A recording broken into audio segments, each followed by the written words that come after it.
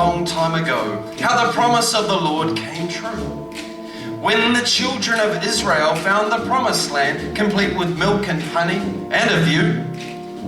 To get to this place took quite a little while. Well, it took 40 years to be exact.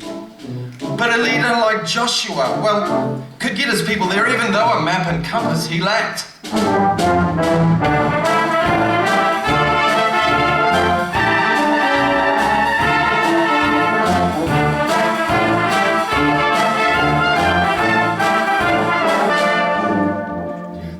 Finally came, the moment arrived, when the River Jordan was in view.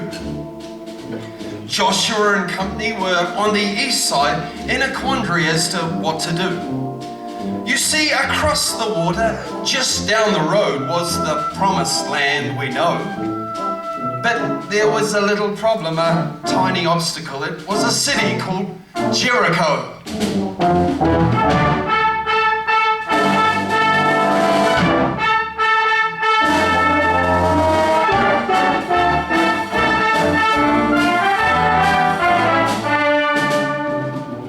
I suppose it was more than a little problem. It was really more of maybe a minor hassle. Well, actually, it was a real headache. In fact, the city of Jericho was a major obstacle. It was a threat to the future of Israel. In fact, I think it was a fortress with a classic example of a monumental edifice of historical impregnability. I mean, if we're thinking of physics, the size of these walls, I guess probably to get through them it would be 3C times 8Y. No, maybe if you had a 50-ton digger and you were, Dwayne The Rock Johnson. Evan.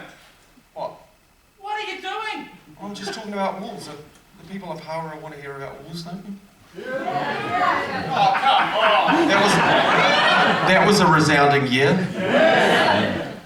The people of Hawera, excuse me, Bryce, want to hear about walls, don't you? Yeah. Yeah, okay, that was 3 people. Thank you, I'll leave. It's not in the music. Yeah, I know, but it's and we've good. got some important people at the back judging this. Oh, hello. Well, I tell you what. I'll tell you that was Morse code. Forget off. Well, Bryce, you get the picture. The human odds were not on Israel's side, but they crossed the River Jordan nonetheless. For Joshua knew, and his people did too, if God was with them, they could win with less. So they reached dry land and got organised. But when they saw what they saw, they felt glum. For they discovered when they reached the walls of Jericho, the city was locked up tighter than a drum.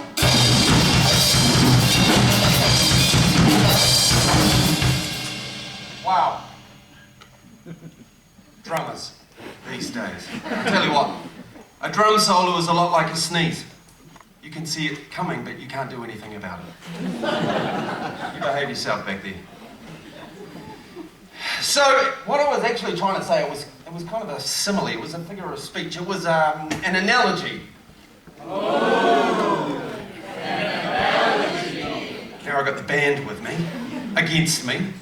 Well, anyway, a plan was devised as to how the attack would be made. For 6 days they marched around the city walls with those thousands. It was quite a parade.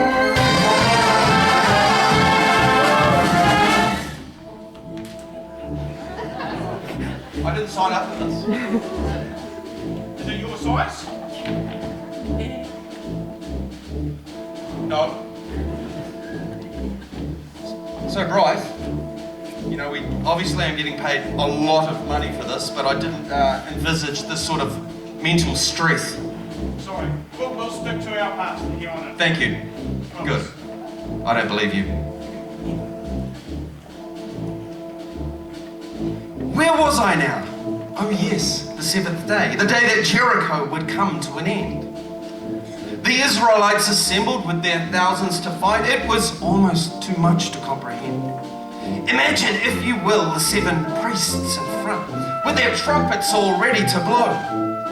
Then the Ark of the Covenant, and thousands of men just waiting for Josh to say, "Go!"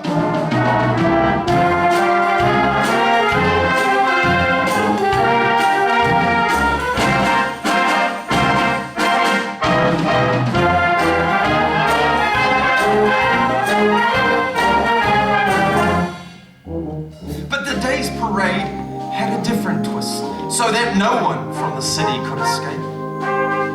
The army had to march around 7 times. Josh hoped by now that all be in shape. 7 times! 7 times. Oh, wow.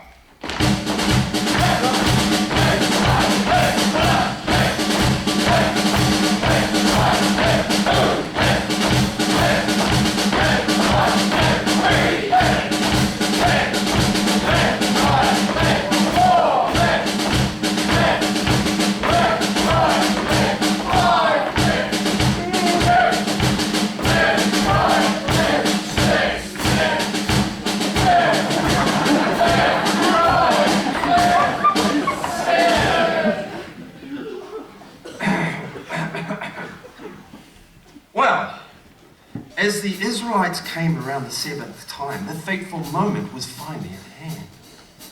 Joshua called his thousands to halt and gave the cue to strike up the band.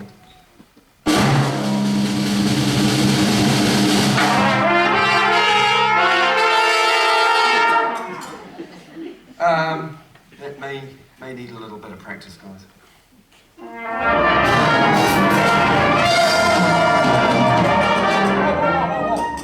There's a concert, I didn't actually mean now. There's an audience who wanted to hear about walls before, but that's all right. My goodness. So, Joshua commanded the trumpets to blow and the people to shout.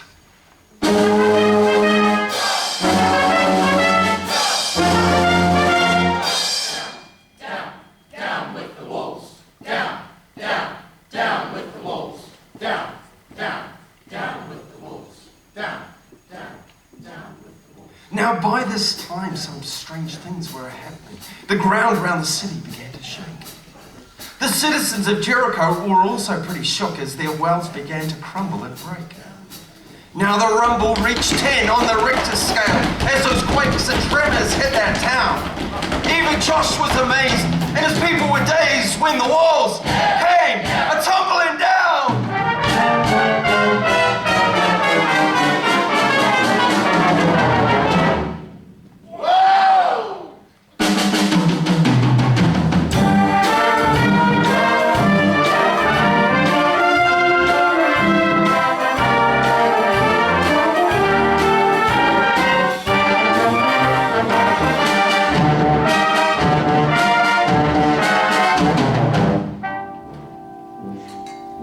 Well, as I said before, this saga is more than just a story from a long time ago. For it teaches us that God keeps his promises, as anyone who reads this book will know. So don't ignore this thought or shove this lesson aside, for to do so one would be a fool. Just remember it was God who had power enough to give Jericho some urban renewal.